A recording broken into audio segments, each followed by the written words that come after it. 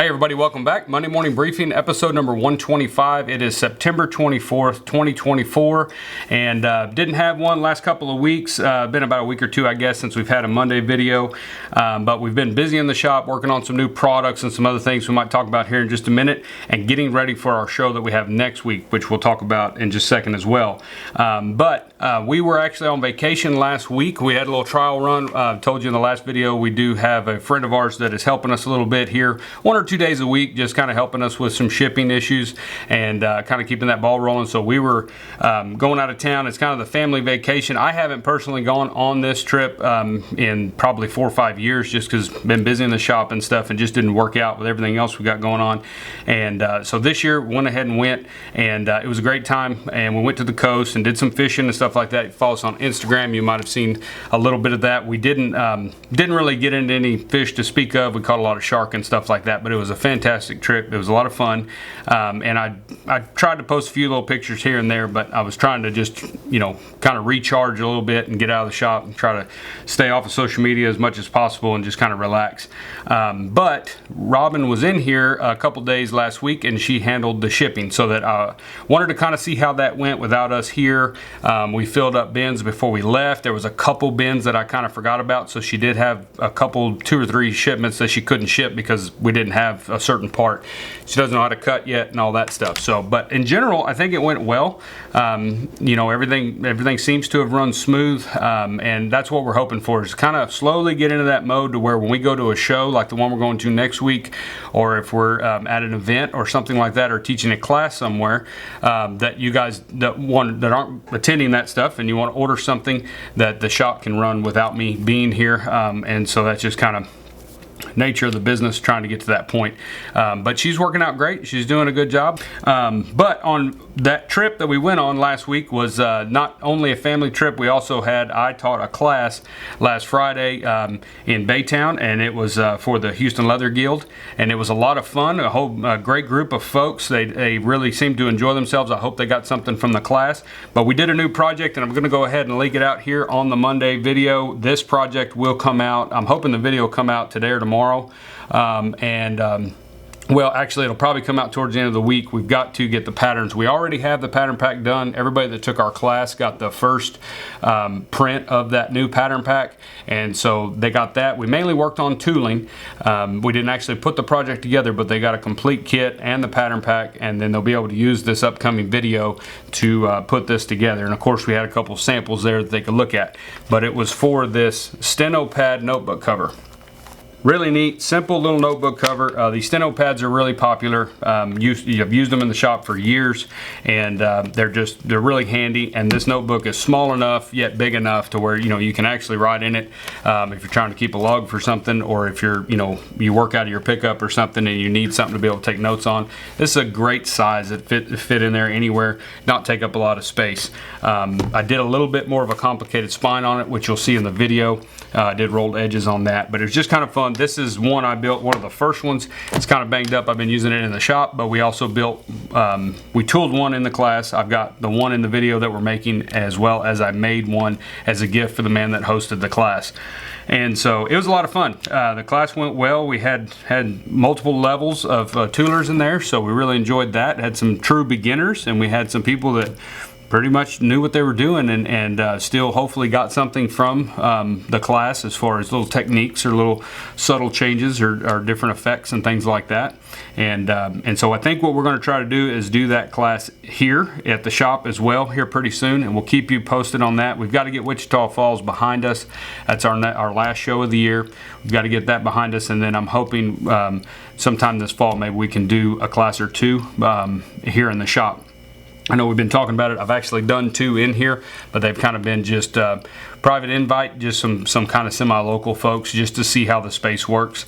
And I feel confident that our space is plenty big to be able to even do a project in here. So that is upcoming and going to be good.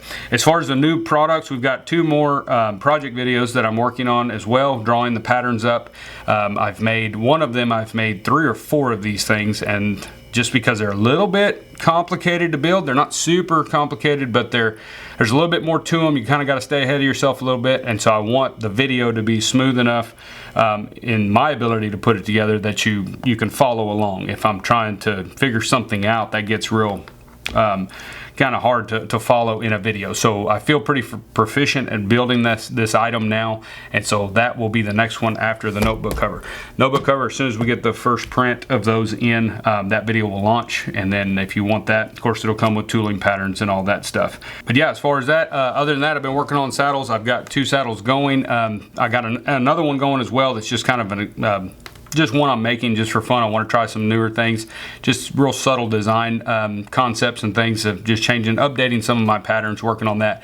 Sometimes that's helpful to do in the shop. I'm not gonna say sometimes, all the time that's helpful to do on any projects that you have that you make a lot of, is to take and maybe try to adjust them or kind of change them up some to see if you can improve upon your design. Even if your design is good, you know, and you feel like it's solid, you feel like your work goes well on it, and then, you know, the project works well.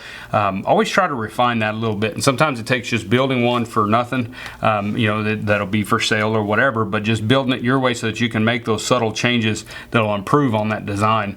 But in doing that too, I wanted to show you, last week, or I guess right before I left, I had shared on my Instagram, on my stories and stuff, a bunch of brands that came out of some Herman Oak leather.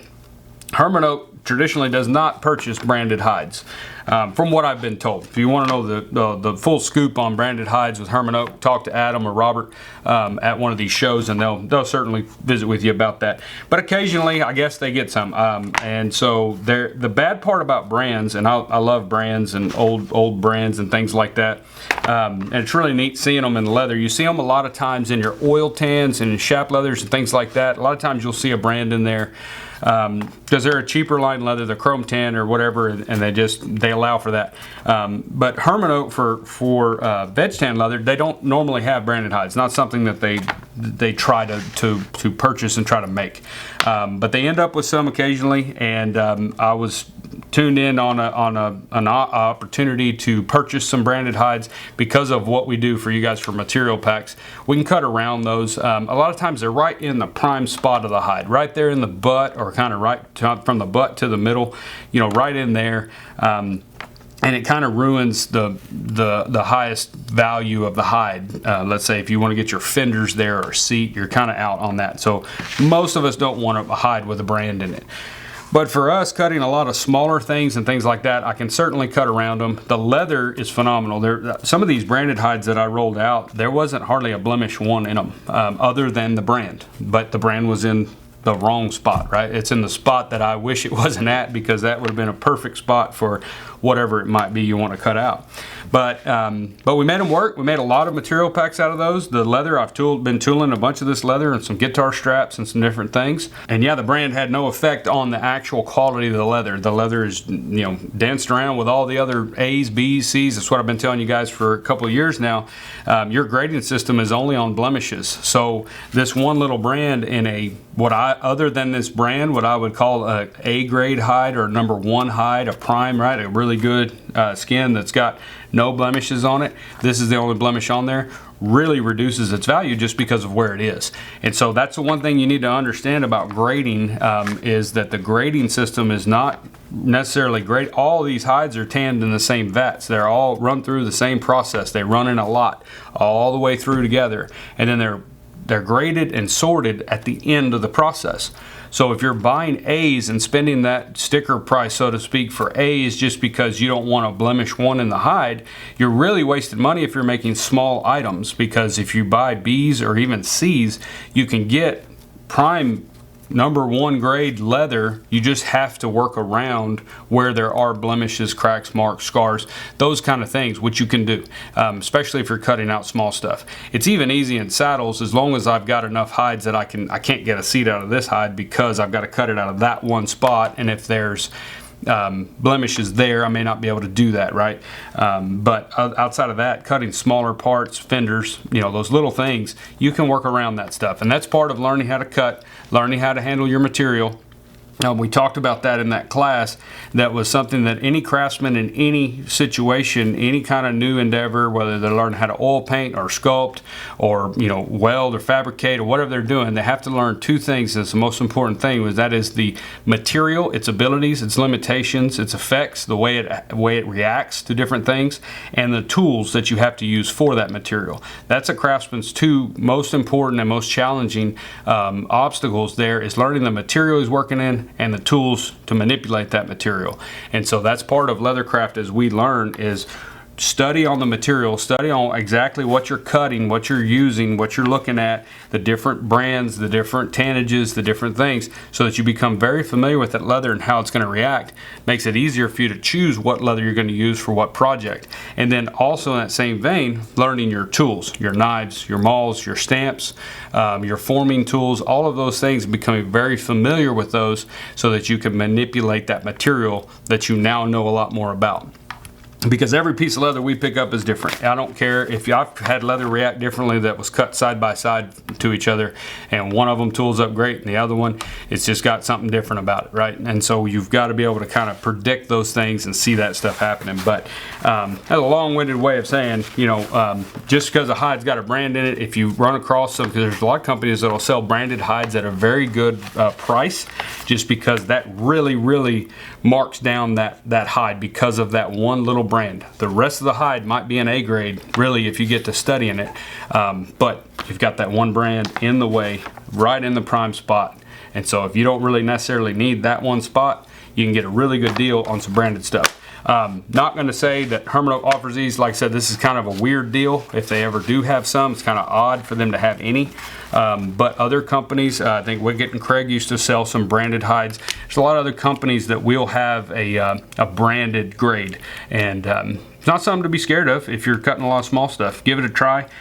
Check it out. And like I said, I think you'll be able to make save some money and still get a good quality material that you can work with. And I'm also working on the initial thoughts for our saddle for Sheridan for next year. I know it seems real early, right? We haven't even gotten into Christmas yet. But the idea that I have, I don't know if it'll work. I don't know if I can pull it off. I know I can build a saddle that will be cool. I don't know if the message will go through or read through this. But as we get closer, if I do get it kind of figured out and get a handle on this concept or this theme, if you will, then we'll talk about it some more. But Claudia kind of hates that. She kind of wishes I would just leave it undercover and just debut it when we get to the debut, obviously. But I like sharing, and I like the project and showing what we're doing and things like that. So we'll see. But I am starting to do some research and thinking and just trying to get my design elements in my mind as far as kind of what direction I'm going to go with this saddle for next year. We will have a saddle. We're going to Wichita Falls next week. We will leave on Wednesday. We will set up on Thursday there at Wichita Falls for the Boot and Saddle Makers Roundup, and then the show will be Friday and Saturday. If you're in the area, it'd be great. Come by. It's a great show. It's a different show than the Leathercrafters Journal show, so there's some different vendors there that may not be at the others. Pretty much it's a lot of the same vendors, but there are some other ones that'll be there. A different crowd. There's a lot of your heroes in the saddle industry, the boot industry. They've got a fabulous boot and saddle competition there, so we will be taking our saddle from Sheridan that we had in the debut. We will have it there for the saddle competition there. Last year they had a ton of saddles, so you got to see a lot of projects, beginners to masters. Boots the same way. If you're into boots, it's a fabulous boot show. It's a really, really, really neat deal. They really do a good job with that show. It's been around for years and years, and just a fun show. So a quick show for us. We won't be there all week. It'll just be Thursday setting up, and then Friday, Saturday, and we'll be home on Sunday. So we like this show to wrap up our show season for the year, and that'll be our 4th show this year, which is the most we've been to since we've started going to Waco, and we're excited. We're excited to get there and see everybody and shake your hand and come by the booth, visit with us. We'll be bringing our merchandise. We'll be bringing all our patterns, all our usual stuff, and we'll be in the booth just hanging out. So we look forward to seeing y'all if you can make it there. And then we'll get back and we start getting ready for Christmas, because Christmas is coming soon. A lot of y'all, like we talked about last time, already have your books filled or close to being filled. That's great. This year is election year, obviously, and so it's kind of different every election year. Just kind of one week is just going nuts, and one week is just crickets, right? And so it's good to see that my custom folks out there that are just taking custom orders, and they know what they can do for Christmas, and they're getting full on orders. That's great. That's a good sign that people are just being cautious. They're wait till we get through the election, or we'll get through this year, and just kind of let things simmer down, because I think some people get worried and don't want to do a whole lot, kind of get stagnant during a year like this, no matter who's on the ticket. It's just there's a lot of change that can happen. So but we're looking forward to the rest of the year, and we'll be talking as we get closer to it. We'll be talking about the Black Friday event that we will be doing that weekend, that we've done for the last 3 or 4 years. We'll be doing that again. May change it up some this year. We're just got to see what all we're doing. We've got plenty of help this year too, so it ought to go pretty smooth, and we're looking forward to it. I'm going to get back to work. We've got some saddles I need to work on. I'm shooting some other videos today. Like I said, notebook pattern pack and project video for the steno pad. That will come out as soon as I get the next shipment of patterns. We'll have those in stock. We'll get those out or get that posted, and that way you can see one of these put together. Super easy build, lightweight leather. You make a real nice gift for somebody that uses a lot of notebooks and things like that. So just another fun one. And but I appreciate you guys watching. Be sure to go to dgsaddlery.com, sign up for the Leathercraft newsletter, and we'll see you all next week in the Monday morning briefing.